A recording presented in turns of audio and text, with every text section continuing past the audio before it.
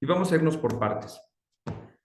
Antes de empezar a hablar del instituto, es muy importante que yo hable con ustedes sobre el tema de democracia, que finalmente es el fin último de este instituto, el ejercicio de la democracia en México, el ejercicio de la democracia en nuestro país.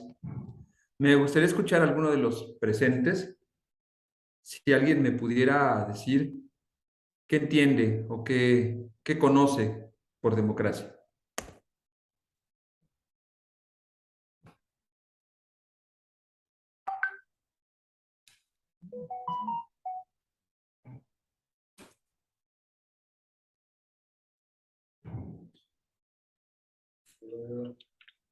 ¿Puedo yo opinar? Sí, sí, adelante. Quien quiera opinar, abra su micro con confianza y adelante. Por lo que entiendo, por lo menos la raíz etimológica de la palabra es demos, que es pueblo, y kratos, que significa poder, ¿no? Entonces, es el ejercicio del poder a través del pueblo, ¿no? Entonces, el pueblo es el que toma las decisiones políticas del país. Obviamente hay varios tipos de democracias, pero es lo que entiendo por la Muy palabra democracia. bien. Es la raíz, la base etimológica de la democracia, es demos, de las raíces griegas, demos y kratos. Demos, pueblo o población de una determinada circunscripción, de un determinado territorio para ejercer el poder público. Pero esa es la base, ese es el origen de la democracia.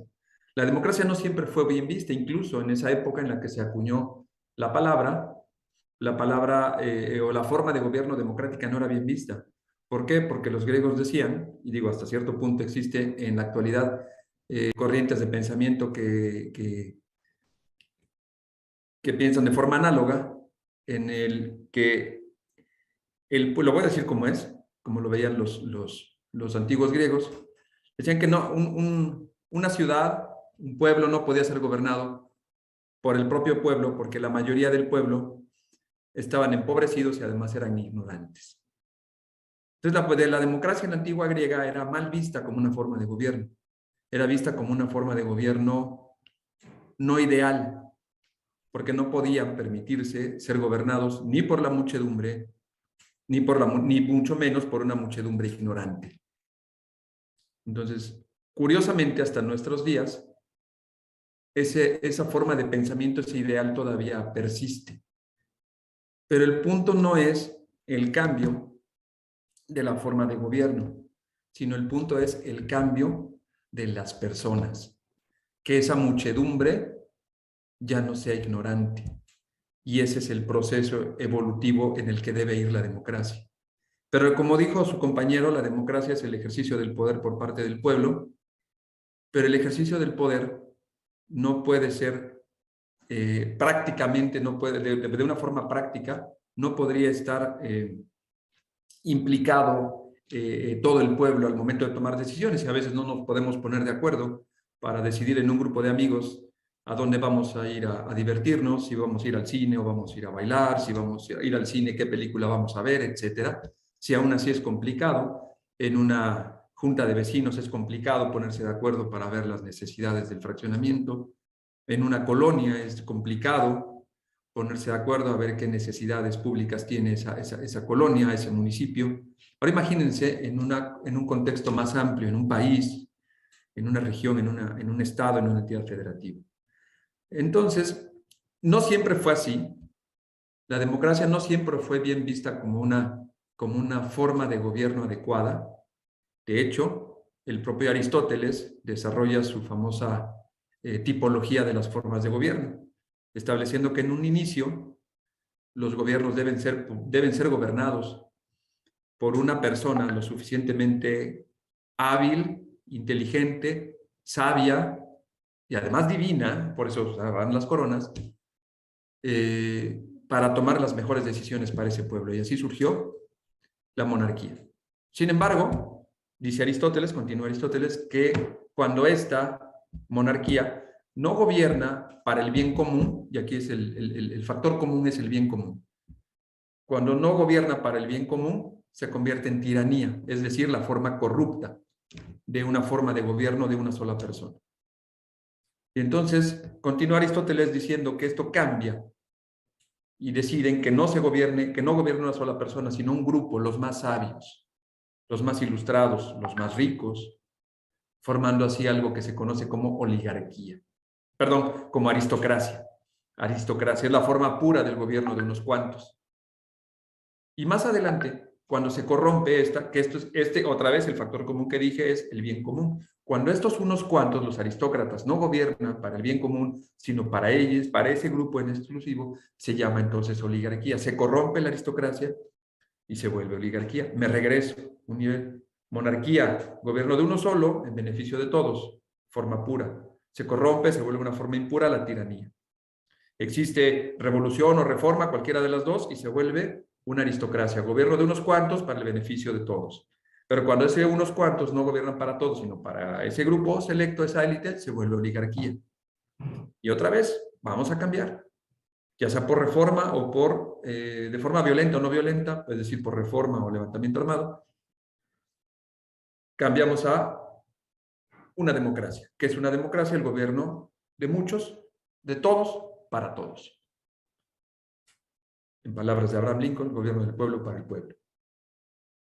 El gobierno del pueblo, por el pueblo y para el pueblo. Es una democracia, en forma pura, pero también se corrompe. Y cuando esa democracia se corrompe, se convierte en una demagogia. Y esta clasificación de las formas de gobierno aristotélica, pues es cíclica.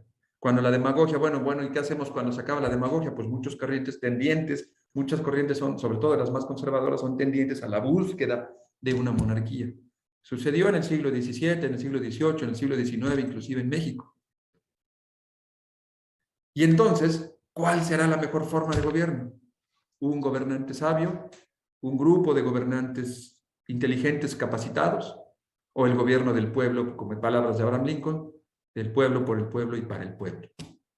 Y en ese sentido, la ventaja que tiene la democracia como forma de gobierno, esa ventaja que tiene es la búsqueda de los derechos humanos, la búsqueda y el respeto de los derechos humanos.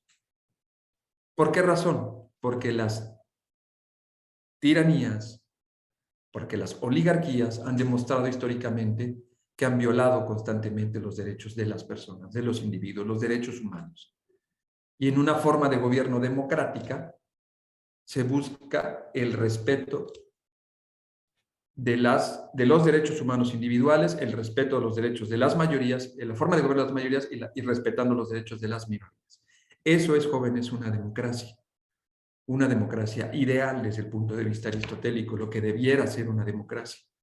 Y nosotros lo vemos, lo podemos ver a nivel de tierra. Les decía yo hace rato, si es complicado ponerse de acuerdo, incluso para ver cómo nos vamos a pasar el rato con los amigos, ¿qué hacemos? Vamos al cine, vamos a bailar, vamos a cenar, o vamos, y si vamos al cine, ¿qué película vamos a ver?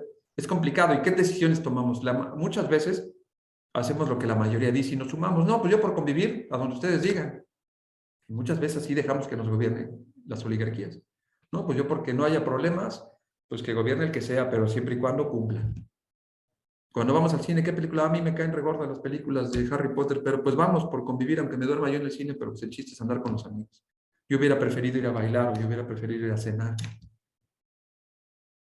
Y entonces, la democracia no solamente es una forma de gobierno, la democracia también es una forma de vida. Y en palabras del premio Nobel hindú, del economista Amartya Sen, la democracia es un valor universal, porque no solamente es un valor, es una forma de gobierno, sino es una forma en la que nosotros nos conducimos en nuestra vida diaria, en la que nosotros respetamos la voluntad de las mayorías, o acatamos, mejor dicho, acatamos la voluntad de las mayorías respetando a las minorías. Los tomamos en cuenta. Ah, bueno, mira, ahorita la mayoría quiere ir al cine, pero si quieres para la próxima vamos a bailar, porque Juana y Pedro querían ir a bailar. Ah, el siguiente fin de semana vamos a bailar. Y a lo mejor no sabíamos, pero fue más divertido ir a bailar que ir al cine. ¿Se dan cuenta? Entonces la democracia no solamente es una forma de gobierno, también es una forma de vida. Es un valor universal en palabras de Amartya Sen. La democracia no solo es votar. Las votaciones es un mecanismo de una vida democrática. La democracia es una forma de vida, de acuerdo a Amartya Sen, sí, es un valor universal. Es un valor universal, ¿por qué? Porque nos ayuda a convivir socialmente, a convivir políticamente. a no pasar por encima de nadie. Los autoritarismos, en aras de la justificación de hacer lo que se debe, han pasado por encima de la gente. Pongo un ejemplo. ¿Cuánta gente no afirma fehacientemente y con poco análisis que el mejor presidente en la historia de México ha sido Porfirio Díaz? Un gobierno totalitario, un gobierno que, si bien es cierto, trajo desarrollo en algunas ramas del país, pero también trajo terror y muerte para otras ramas del país, para otros sectores del país. Si no me creen, pregúntenle a los indígenas yaquis cómo les fue en la construcción de las vías ferroviarias en la zona norte, para extraer, para trasladar recursos naturales, minerales principalmente, a Estados Unidos. Porfirio Díaz hacía lo que pensaba que él hacía lo que él pensaba que era correcto, a pesar de. Ahora bien, ¿una democracia es fácil? No, no lo es. Como no lo es ponernos de acuerdo para nuestra vida diaria. No lo es, nadie dijo que fuera fácil. Nada que vale la pena en la vida es fácil. Y las soluciones simplistas atraen siempre más problemas de los que resuelven.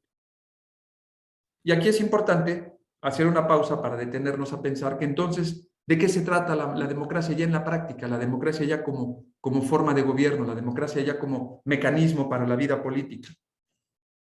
¿Será acaso la tiranía de las mayorías? ¿Será acaso que nos someteremos a lo que dice, como en palabras de los antiguos griegos, la voluntad de esas mayorías empobrecidas e ignorantes? Y los demás nos tendremos que someter a esas voluntades, ¿o existe otro tipo de democracia? Bueno, en ese sentido, los pensadores políticos, hay dos corrientes muy importantes, la escuela de Turín y la escuela de Heidelberg, Alemania, establecen dos tipos de democracias ya como mecanismo de gobierno, como mecanismo de vida política. La democracia mayoritaria, o también conocida por los alemanes como modelo Westminster, que es la tiranía de las mayorías. Vemos en las asambleas y en las formas de gobierno en que se hace lo que la mayoría dice, independientemente de lo que la minoría opina. Y se hace la mayoría y se seguirá haciendo, y se hace lo que dice la mayoría y se seguirá haciendo lo que dice la mayoría, así por los siglos de los siglos, hasta que cambie el régimen de gobierno. Y ahora será otra mayoría la que vendrá a gobernarnos, o será la misma mayoría que había venido gobernando. ¿De qué depende? Pues de los resultados, que la gente vote por el mismo proyecto o decida un cambio de proyecto. Y seguir con tiranías de las mayorías, que se hace lo que la mayoría diga a pesar de muchas cosas. ¿Qué dice la escuela de Turín? Sí, sí, pero no me toquen los derechos humanos. Puede haber voluntades de las mayorías, pero no me toquen los derechos humanos.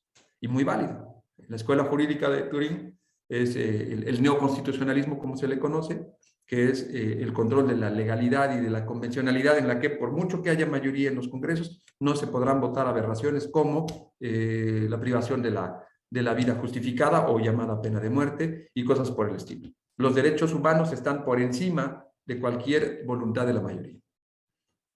Ese es un logro que ha tenido el derecho sobre la democracia mayoritaria. Le llamamos neoconstitucionalismo. Y surgió a partir de la corriente de pensamiento llamada neoconstitucionalista en Turín, Italia, cuyo principal ponente, cuyo principal defensor es el doctor Luigi Ferrajoli, y ha sido la influencia principal de tres juristas muy importantes en la vida política y actual de nuestro país. Cualquiera que, si tengo alumnos de derecho aquí, van a reconocer el nombre: Miguel Carbonell, Pedro Salazar Ugarte, que es el que acaba de terminar su gestión como director del Instituto de Investigaciones Jurídicas en la UNAM, y alguien que, si les digo el nombre ahorita, lo van a reconocer inmediatamente. De hecho, está en la foto de la filmina anterior: Lorenzo Córdoba Vianello. Ellos tres, abogados, egresados del doctorado en Derecho por la Escuela de Turín, por la Universidad de Turín, pertenecientes a esa corriente de pensamiento, la Universidad de Turín, que defienden el neoconstitucionalismo, es decir, aunque hay democracia mayoritaria, los derechos humanos no se tocan. Y están establecidos a partir de los tratados internacionales, de los convencionalismos, de las convenciones internacionales. Y esos no se tocan. Pero también existe otro modelo, desarrollado por los holandeses, bueno, por un holandés en particular, Arend Leibhardt, estudioso de la democracia, y lo sigue de poquito Giovanni Sartori, ¿Qué es la democracia deliberativa? Es decir, para que una democracia funcione, no solamente debe ser la voluntad de las mayorías en bruto, es decir, la tiranía de las mayorías como lo manejamos, como lo hemos venido mencionando. Para que una democracia funcione, esta debe ser deliberativa, es decir, los órganos legislativos y los órganos colegiados deberán deliberar. Regreso al ejemplo de la salida con los amigos. ¿Qué sucede cuando vamos a salir con los amigos? Y el líder del grupo siempre dice, vamos al cine, y todos vamos al cine. O alguien del grupo pregunta, ¿a dónde quieren ir? Y la mayoría dice, no, pues a donde ustedes, a donde la mayoría diga. Y entonces el que tiene ahí cierto liderazgo en el grupo va a decir, bueno, pues vamos al cine. Y ya todos van al cine. En la democracia deliberativa no funciona así. En la democracia deliberativa decimos, ¿a dónde vamos? A divertirnos. Y habrá quien diga al cine, habrá quien diga bailar y habrá quien diga cenar. Y entonces vemos, en cuestión de números, quienes opinan de una u otra forma y deliberamos. Bueno, ¿por qué? A lo mejor hacemos cambiar de opinión a los que quieren ir al cine. ¿Sabes qué? La película no es tan buena. Y mira, a la mayoría no le gusta. Mejor vamos a bailar y la próxima semana vamos al cine, cambian las películas. Ah, pero sí tienes razón. La próxima semana se estrena tal cosa. Y ya lo deliberamos. Ya no nos sometimos a la voluntad de una sola persona o de una mayoría cegada, de una mayoría aborregada. A donde diga la mayoría. Lo deliberamos. Y ese es el valor más alto de una democracia, la democracia deliberativa. Bueno, ¿y en México cómo vamos? ¿A dónde estamos? En México, la importancia del desarrollo de la democracia es gracias a un árbitro. Ese árbitro ahora lo conocemos como el Instituto Nacional Electoral. ¿Sí? Es el encargado, como dice ahí, segunda parte, la parte administrativa. La primera fue una introducción acerca del tema de la democracia, la vida democrática. ¿Qué es la democracia? Entender todos qué es la democracia más allá de la definición etimológica o más allá de simplemente ir a votar. La democracia es un valor universal, la democracia es una forma de vida y asimismo la democracia es una forma de gobierno y es hasta ahorita la mejor forma de gobierno porque respeta los derechos de las minorías a pesar de las mayorías, pero no todas formas de democracia. Las democracias más evolucionadas, las democracias deliberativas o las democracias mayoritarias con respeto a los derechos humanos, con respeto a las minorías. Y así, en nuestro país, en ese contexto, pues hemos sufrido varias transformaciones en nuestro rumbo hacia la democracia. Pero ahora yo voy a lanzar la segunda pregunta. ¿Por qué la democracia? México vivió una estabilidad política durante los últimos 3/3 del siglo XX. Desde 1929 hasta el año 2000, gobernados por un partido, por un mismo partido. Cambió de nombre porque evolucionó. Nació como Partido Nacional Revolucionario, porque surgió a partir de la Revolución Mexicana. Después se transformó en el Partido de la Revolución Mexicana. Y después, con la llegada a principios de los 40, finales de los 30, 1939, con la llegada de Lázaro Cárdenas, se transforma en el Partido Revolucionario Institucional, es decir, dejamos de lado los caudillos y vamos a gobernarnos por instituciones, y ahí es donde el partido se fortalece y logra formar una hegemonía. Pero ya estoy hablando, ¿se dan cuenta que ya estoy hablando de partidos políticos? Ya estoy hablando de partidos políticos. México no siempre fue gobernado por partidos políticos. México fue gobernado por tlatoanis en la época prehispánica, después por virreyes en la época de la colonia, es decir, modelos monárquicos. No se pensaba ni por aquí en democracia. ¿Qué cambió en el siglo XX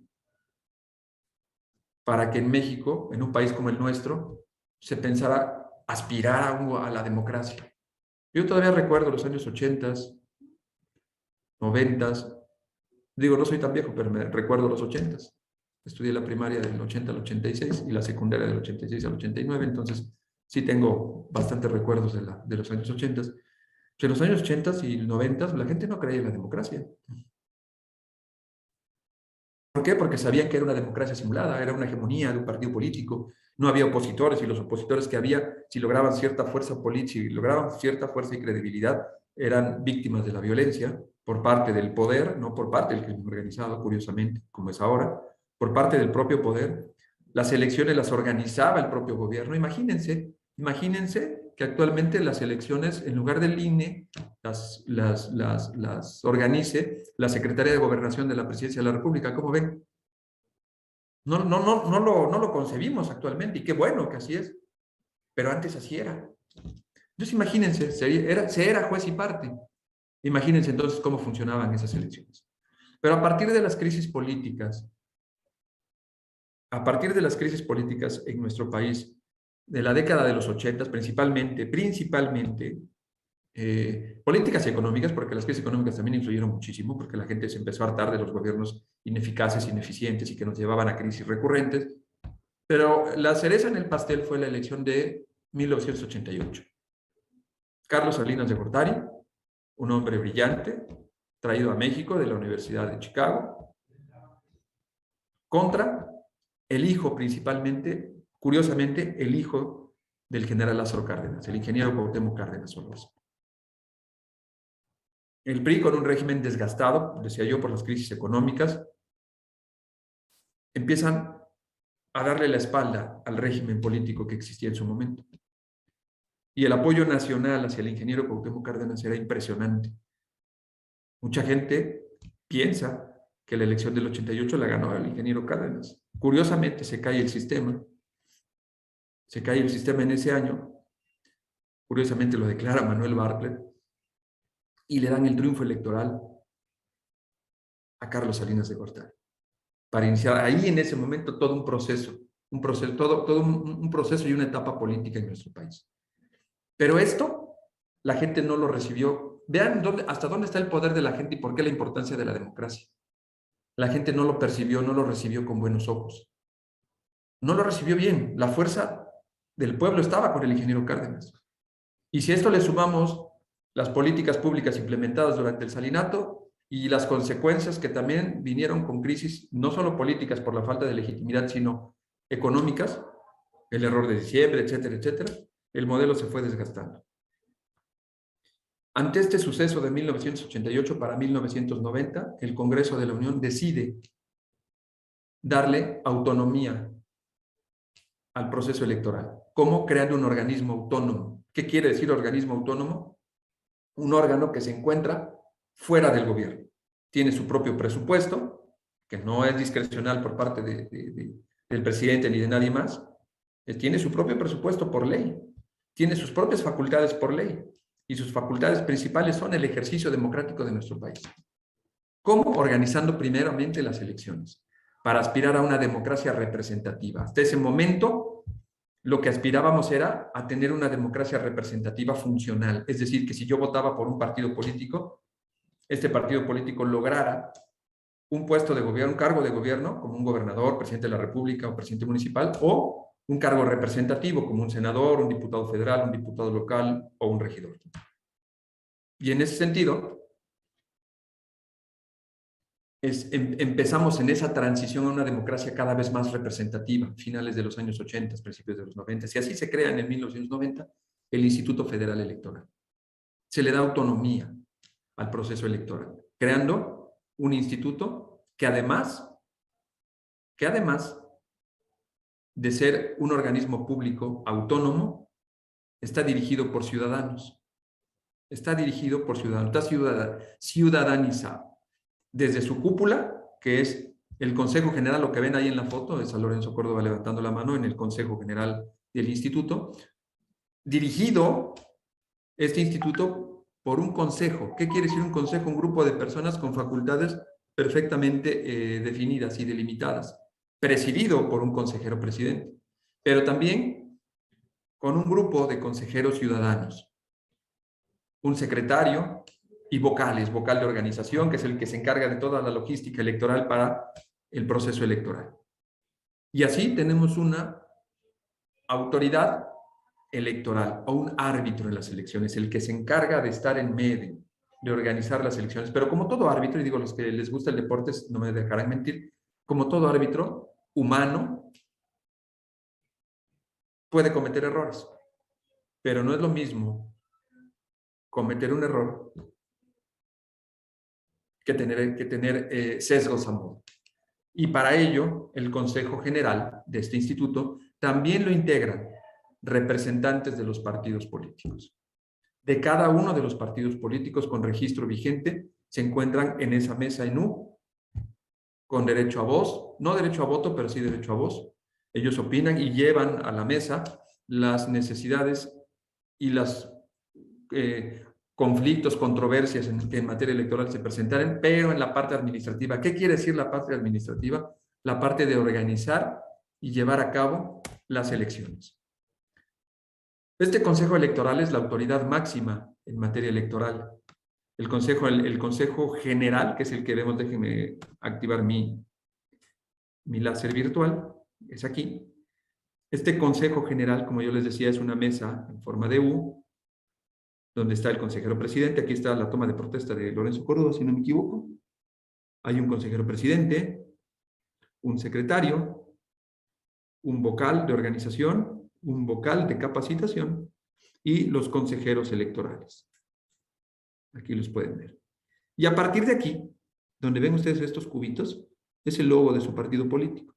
Ustedes encuentran a los representantes de los partidos políticos ante este Consejo Electoral. Que si bien es cierto tienen derecho a voz, pero no a voto, los únicos que tienen derecho a voz y voto son los consejeros, si bien es cierto que tienen derecho a voz y no a voto, pero tienen muchas facultades como interponer recursos, como interponer quejas, como manifestar irregularidades que ellos observen en perjuicio de sus partidos políticos. Obviamente, el partido político que detecte un perjuicio o que sepa de un perjuicio que le beneficia, pues obviamente no lo va a decir, ¿verdad? Dejará que la oposición se dé cuenta. Bueno, este mismo modelo ciudadano se replica en 3 niveles. Ese mismo Consejo General, como ustedes lo pueden ver, también se replica en los distritos electorales, en cada uno de los 300 distritos electorales en materia federal. ¿Por qué 300? Porque el país se divide en todo el territorio nacional, desde Tijuana hasta Tulum, hasta, no sé, hasta Cozumel. Todo el territorio nacional se divide en 300 distritos electorales, que tienen varios indicadores para su determinación, como es la concentración poblacional, las características, la pertenencia o no a una entidad federativa, etcétera. Son distritos 300 distritos. ¿Por qué 300? Porque en cada uno se elige a un representante, se elige un diputado.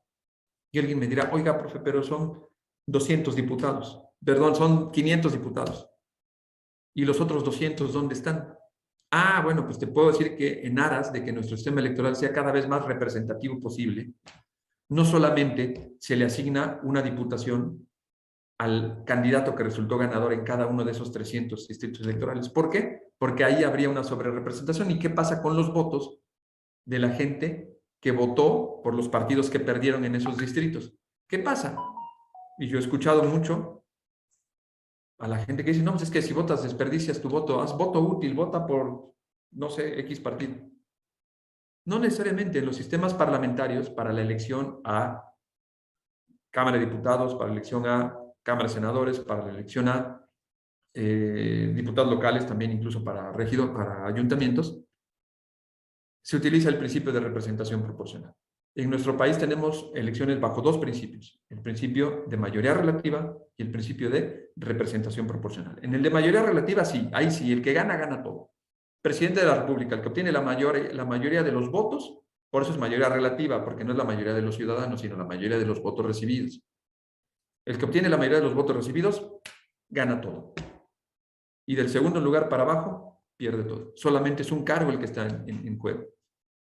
Sistema de mayoría relativa. Incluso existen teóricos como el francés Maurice Duverger que dicen que estos sistemas mayoritarios lo que generan es un bipartidismo, y lo estamos viendo ahorita con la Alianza Va por México y con la otra alianza de Juntos Haremos Historia. Es decir, se están volviendo 2 fuerzas políticas para el 2000, preparándose o perfilándose para el 2024. Y ahí le dan la razón a Maurice Duverger, donde dice que un sistema pluripartidista, independientemente del número de partidos que tenga, pero si el sistema de elección es mayoritario, se va a formar de facto o de jure, porque las alianzas están también registradas ante la autoridad, se vuelve un sistema bipartidista, que es lo que está sucediendo con estas alianzas. Pero, a contrario de esto, bueno, pues ahí no hay de otra, porque es solamente un cargo el que está en juego, pero en los sistemas parlamentarios, es decir, para elegir a los congresos, cámaras de diputados y cámaras de senadores, incluso ayuntamientos también funcionan, que es un parlamentito, les decía yo, que tenemos 500 diputados en total, pero tenemos el país dividido en 300 distritos. ¿Qué es lo que sucede? En cada distrito el que obtiene la mayoría gana y se va en esos 300. Pero los votos obtenidos en esos 300 distritos de los candidatos o partidos que no ganaron no se van a la basura, se van acumulando. Se van acumulando para obtener al final una proporción porcentual. Y de acuerdo a esa proporción porcentual se reparten los otros 200, los que se les llama diputados electos bajo el principio de representación proporcional, o también llamados plurinominales porque se asignan mediante otros distritos, no, ya no 300, esos distritos se vuelven 5, pero ya no me voy a meter en esa complejidad porque, para no hacerlos bolas. Aquí lo importante es que sepan que existen 300 bajo el principio de mayoría y que el que gane en su distrito se va a ocupar la que le corresponde de esas 300 y los otros 200 que representan a las minorías, de acuerdo a la proporción de ¿qué? De votos recibidos. Y así, si tú votaste en uno de todos los distritos electorales por determinado partido y no ganó, tu voto no se va a la basura, se va al conteo, al cómputo final, para darle una proporción al partido político, o en este caso no candidato, al partido político de tu elección, para que se asignen esas 200. Ahora bien, ¿cómo se asignan esas 200? Se asignan por partido político, es lo que se llaman diputados de partido, que vienen en unas listas. Cuando ustedes vayan a votar por diputados, denle la vuelta a la boleta y atrás van a ver las listas. Y esos son los que van a entrar de acuerdo a la proporción obtenida. Esta autoridad electoral se replica, como yo les decía, a nivel distrital y a nivel municipal. Pero, ojo, es el mismo modelo el que también se tiene a nivel seccional, es decir, a nivel la casilla. Si tú llegas a la casilla vas a encontrar un presidente, un secretario y 2 escrutadores. Y además vas a encontrar, además de observadores electorales, que son registrados tanto internacionales como nacionales por organizaciones civiles, pero también vas a encontrar representantes de partido político.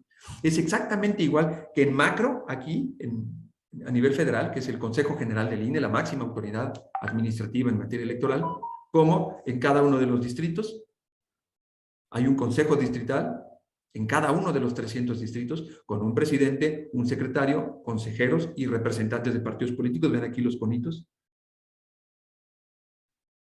A nivel distrital local, porque también hay distritos locales para las elecciones locales.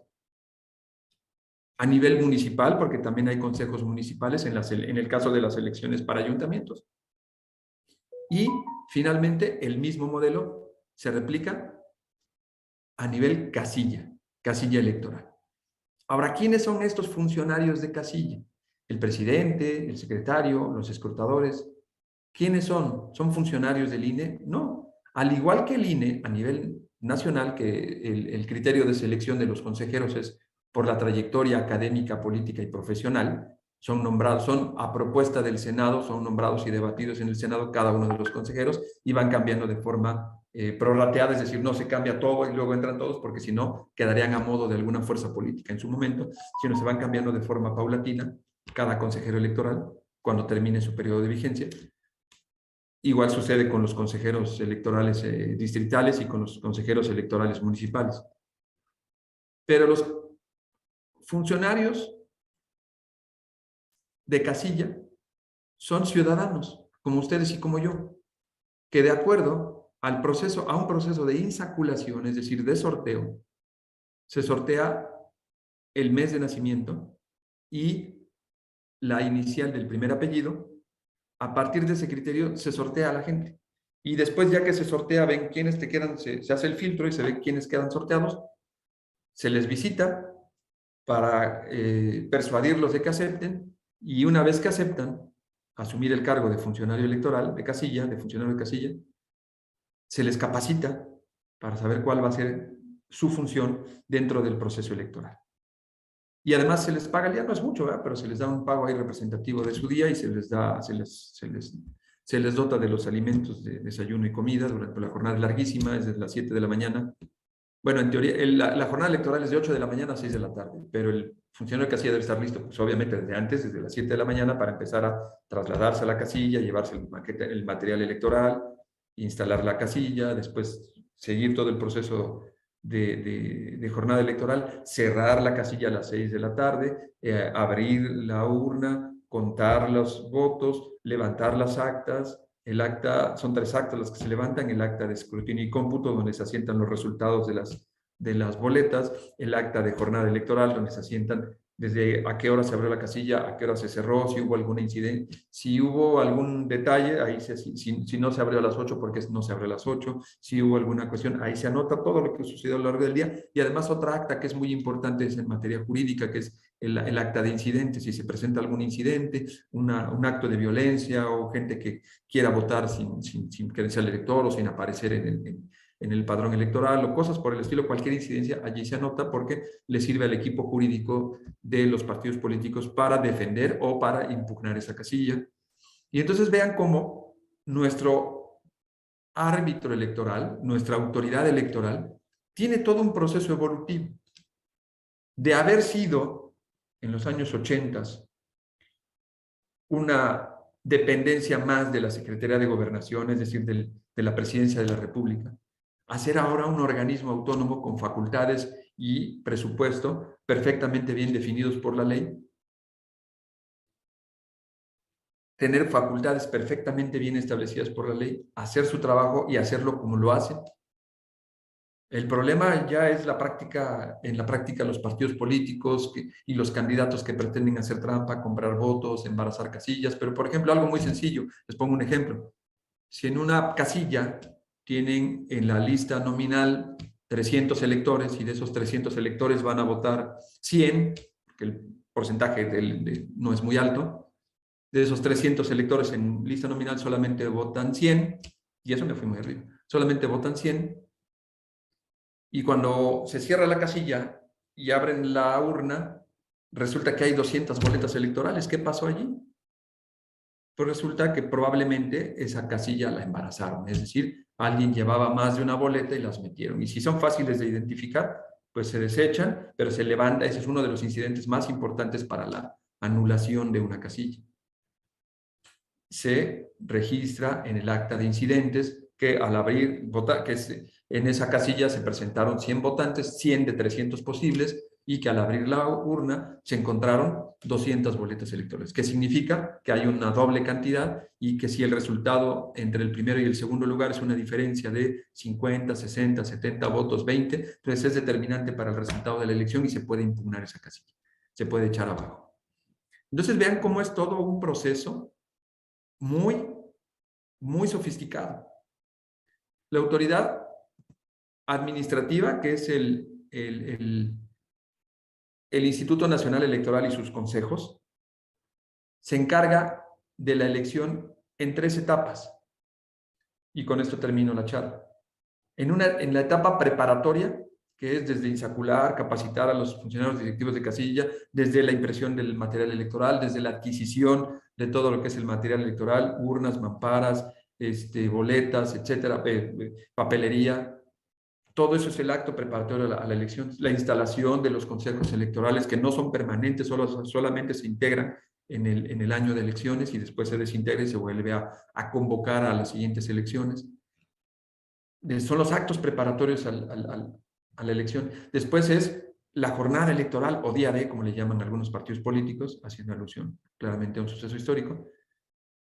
El día de la elección, que es toda la jornada electoral, desde la instalación de la casilla, durante la jornada electoral, el cierre de casilla, el escrutinio de los votos, el resguardo del paquete electoral, el levantamiento de actas, el resguardo del paquete electoral, el traslado de este paquete electoral al Consejo, la recepción del Consejo del paquete electoral, el sacado de la hoja PREP que viene fuera de la caja, la hoja PREP para computarlo y para nosotros podamos ver los resultados en tiempo real el día de la elección. Por eso nosotros a las 8, 9 de la noche del día de la elección ya sabemos cuál es la tendencia, porque se va computando, se saca la hoja PREP y el paquete electoral se resguarda con miembros del Ejército y Marina resguardado en una bodega. Se sella, se sesiona el consejo, les amanece ese día, ese domingo, para lunes les amanece contando actas PREP y resguardando paquetes. Y después viene la etapa posterior a la elección. Al miércoles siguiente del domingo de la elección, vuelve a sesionar el consejo. ¿Por qué? Porque descansan, se les da descanso tanto a representantes del partido como a los consejeros, para que el miércoles siguiente, es decir, después de la elección, 2 días después de la elección, ahora sí se abren, se sacan los paquetes electorales desde donde estuvieron resguardados, se abren las cajas, se saca el acta, ya no la PREP, sino el acta original de escrutinio y cómputo, las actas de incidentes, y de todo esto van tomando nota tanto consejeros como representantes de partido. ¿Y los representantes de partido para qué? Para impugnar. Puedes impugnar administrativamente en ese momento ante el Consejo Electoral que subsane temas de errores, se pueden subsanar errores mínimos, se pueden subsanar en ese momento, pero incidentes más graves como delitos electorales o fraude electoral, entonces solamente lo que se hace es se llena el acta de incidentes, se presenta el escrito de protesta como requisito de procedibilidad y me voy al Tribunal Electoral a impugnar ya sea esa casilla, esa elección o ese distrito. Y así vemos nosotros, en conclusión, y con esto cierro, una autoridad electoral que no es única, que está ciudadanizada, que ha evolucionado en los últimos años, de 1900 a la fecha, y que además sus decisiones finales siguen un proceso lógico administrativo de lo que es la preparación y la elección misma, el cómputo de los votos, y que finalmente sus resultados últimos tienen que ser avalados y tienen que ser revisados judicialmente, es decir, por una autoridad judicial, por un tribunal, que es el Tribunal Electoral del Poder Judicial de la Federación. Y las resoluciones del Tribunal Electoral del Poder Judicial de la Federación son últimas e inapelables. Es hasta donde llegan las impugnaciones. ¿Qué sucede cuando no hay incidencias y no hay impugnaciones por parte de los partidos políticos? Pasa de todas maneras al Tribunal Electoral, da visto bueno de la elección y se consideran por válidos. Se considera válida esa elección y se otorgan las constancias de mayoría y validez a los ganadores. ¿Qué pasa cuando hay incidencias y hay impugnaciones? Pues se sigue todo un proceso judicial, se sigue todo un juicio para defender los derechos políticos electorales de la ciudadanía, de los candidatos, de los partidos políticos. Y con eso, pues termino. Espero haber sido bastante ilustrativo en lo que es un árbitro electoral y la implicación que este tiene para la vida democrática de un país. Muchísimas gracias a todos por su atención. Muchas gracias, Luis, por la charla.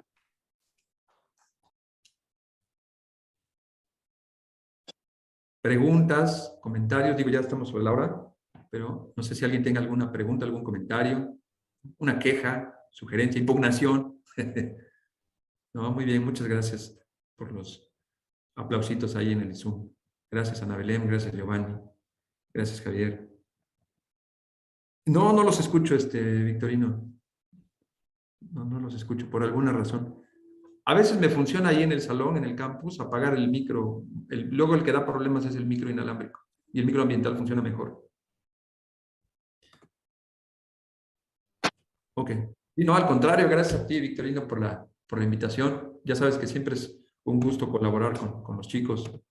Yo aprovecho nada más para comentar, gracias Luis Fernando, de verdad que nos encantó la plática que nos ofreciste, y con lo que salga el sonido trato de comentar lo que nosotros vimos. Creo que nos hiciste un recorrido histórico muy importante para entender la importancia de la democracia en México, ¿no? Desde la formación del PRI en el 29, ¿no? Después en el 77 las ideologías de izquierda, luego en el 88 con Salinas de Gortari, y es cuando se decide realmente pues que se debe de hacer valer la democracia, ¿no? Así es. Me gustó bastante, te agradezco muchísimo, y creo que incluso en la parte práctica que nos comentas ya como en el proceso de una elección, pues los chicos van a poder tomar muchos elementos de la situación, problema que estamos analizando en este bloque, no en esta materia, perdón.